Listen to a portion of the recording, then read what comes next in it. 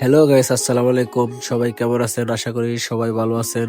আলহামদুলিল্লাহ, আপনাদের দোয়া ও ভালোবাসা আমিও ভালো আছি। সারা রাত অনেক বৃষ্টি হয়েছে। সকালে ঘুম থেকে উঠে দেখি অনেকটা পানি বাড়ছে, রাস্তা ডুবে পানি যেতে, তাই ভাবলাম একটা বাইর ফাতি। এখনো বৃষ্টি হইতে, তাই ছাতা আর বাইর কোদাল নিয়ে রওনা দিলাম। রাস্তা সিফা তাকাই, ছাতা নিয়ে যাওয়া যাচ্ছে না, তাই ছাতাটা বন্ধ করে আবার ওই পারে ছাতা বেলায়া বাইডা হাতে নিয়ে পিছনে তাকাইলাম। তাকায় দেখি ক্যামেরা মধ্যে আসতে পারতেছে না, কারণ এক হাতে ছাতা আর এক হাতে ক্যামেরা। ছাতা রেখেই চলে আসলো। তাই বললাম বৃষ্টি কমে আসছে, সমস্যা নাই। আস্তে আস্তে সামনে এগোলাম। এগোনোর পরে আবার পিছনে তাকিয়ে দেখলাম সে আসলো কিনা ঠিক মতো। আইতে আইতে আয়া পড়লাম সেই জায়গার মধ্যে, যে জায়গায় বাইর ফাঁদবো। হাত থেকে ছাতাটা থইলাম, তোয়ার পরে প্রথমে দেখতে হবে জায়গাটা পরিষ্কার আছে কিনা। তাই জায়গাটা পরিষ্কার আছে কিনা দেখতেছি। দেখার পরে দিয়ে কিছু ময়লা আছে, তাই ময়লাগুলো ফালাইয়া তারপরে নিচে হাত দিলাম। হাত দেওয়ার পর জায়গাটা সমান আছে কিনা। জায়গা সমানই আছে, তবে বাইর পাততে হলে মাটি আনতে হবে। তাই মাটি আনতেছি অন্য জায়গা থেকে। নিচের মাটি অনেক শক্ত, তবু মাটি তো আনতে হবে। মাটি না আনলে যে বাইর পাতন যেত না। তবে মাটি আনতে আনতে সম্পূর্ণ মাটি আনার শেষ হয়েছে। তবে হন বাইর পাতার পালা দেখা যাক। বাইরটা হাতে নিলাম। হাতে নেওয়ার পর দেখলাম বাইর কি ঠিকঠাক আছে কিনা। ভালো করে দেখতেছি। দেখার পর দেখি না একটু সমস্যা আছে, তবে এটা সমস্যা বেশি সমস্যা নাই। তবে এটা হাত দিয়ে সারিয়ে নিলাম। এখন বাইর পাতবো।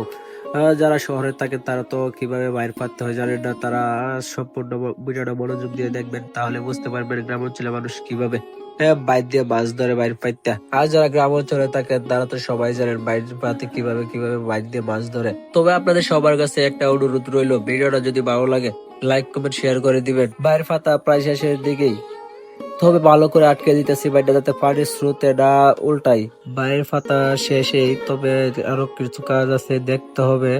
বাইরের নিচে দিয়ে কোনো ফাঁক ফুক আছে কিনা। ফাঁক ফুক থাকলে তবে মাছ লাগবে না, মাছ ফাঁক দিয়ে চলে যাবে। তাই পিছন থেকে শক্ত মাটি নিতেছি। মাটি নেওয়া শেষ হলো। মাটি নেওয়া তো শেষেই আবার দেখতে হবে নিচে ফাঁক ফুক যা আছে সব ভালো করে বন্ধ করতে হবে, না হলে যে একটা মাছ লাগবে না। নিচে ফাঁক ফুক যা আছে সব ভালো করে বন্ধ করে দিতেছি, নাহলে মাছ তো একদমই না, তার মধ্যে কষরা সবটা বিফলে। তাই ভালো করে বন্ধ করে দেওয়ার চেষ্টা করছি, যতটুকু পারছি। সেই শক্ত মাটি দিয়ে বন্ধ করে দিছি, যাতে পানির স্রোতে যাতে মাটি না খাইটা যা।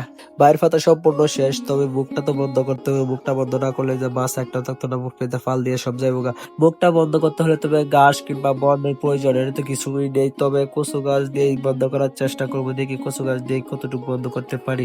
এবার কচু গাছ উড়ানি পালা। কচু গাছ উড়ানি শেষ হয়ে গেছে। এবার দেখি কচু গাছ দিয়ে কি বন্ধ করা যায় কিনা। হ্যাঁ, দেখতেছি, ট্রাই করতেছি কচু গাছ দিয়ে বন্ধ করা যায় কিনা। তবে হ্যাঁ, কচু গাছ দিয়ে বন্ধ করে দিলাম অবশ্যই মুখটা।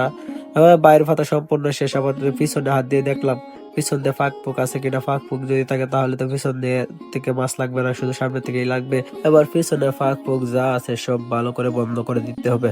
ফাঁক ফুক বন্ধ করে দেওয়া হলো। বাইরের পাতার কাজ সম্পূর্ণ শেষ হলো, তবে আর কিছু কাজ বাকি আছে। বাইরের পিছনে পানি যাওয়ার রাস্তায় দেখা যাচ্ছে কিছু ময়লা আটকেছে, তবে ময়লাগুলো পরিষ্কার করে দিতে হবে। ময়লাগুলো পা দিয়ে পরিষ্কার করার চেষ্টা করছি। ময়লাগুলো অবশেষে পরিষ্কার করে দিলাম। সামনে দেখি যেদিকে পানি যাইতেছে ওইদিকে নিচে একটা পাইপ ছিল, পাইপটা মনে হয় বন্ধ হয়ে আছে। বন্ধ হওয়ার কারণে পানি উসকে গেছে, রাস্তায় উঠে গেছে। এবার পাইপটা পরিষ্কার করে দিতেছি। পরিষ্কার করে দেওয়ার পরে কিছুক্ষণের মধ্যে পানি নেমে যাবে ইনশাল্লাহ। আজকে এই পর্যন্তই। সবাই ভালো থাকবেন, সুস্থ থাকবেন। সবাই আমার জন্য দোয়া করবেন। দেখা হবে পরবর্তী কোনো ভিডিওতে।